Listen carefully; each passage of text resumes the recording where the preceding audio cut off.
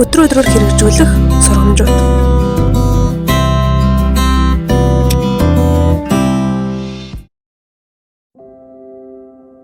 4 сарын 7.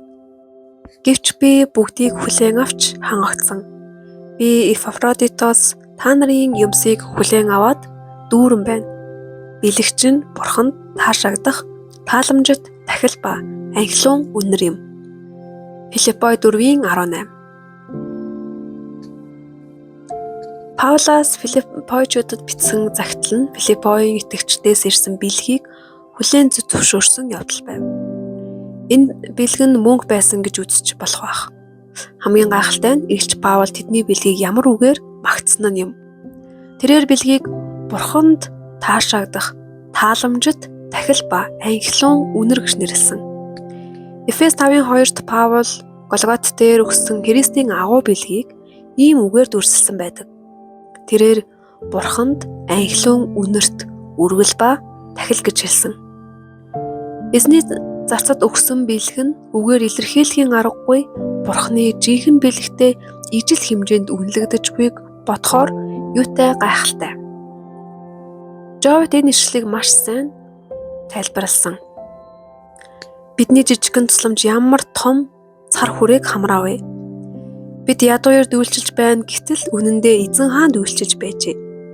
Анхлуун үнэр нь манай хотоос цааш үнэртэхгүй гэж бодтол орчлон дэлхийд тархжээ. Зөвхөн Паул тусалж байна гэж бодтол Паулын аврагч ба эзэнд үйлчилж байжээ. Христ жургалын сүнслэг мөн чанар нөлөөлөх цар хүрээг нь ойлговол бид албатлагаар буюу дуртай дургу өргөхөө болох нь дамжиггүй. Гэхдээ мэдээж албатах, өрөвдүүлэх, хөгжих замаар мөнгө босгодог байдалд бид харшилтай байх хэрэгтэй. Энэ төрлийн үргэлж нь зүй бус. Бид харин хайрласандаа өгөх дуртайдаа өгөх болно. Аваа Бурханд өгсөн миний өчүүхэн үргэлж нь Бурханы сэнти буй танхимыг анхлуун үнрээр дүүргдэг бөгөөд даруухнаар мөргөж баяр хөөртэйгээр өгөх ухаарлыг надад хайрлаад зогсохгүй нэм гаргийн үргэл өргөх цаг нь цаашид уйдгартай байхаа болно. Энэ нь эзэн Есүст шууд өгч байгаатай агаар нэгэн хэрэг болоо.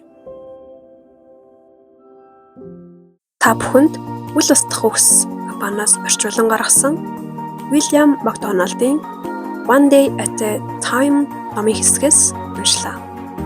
Өдөр бүр Бурханы үгтэй хамт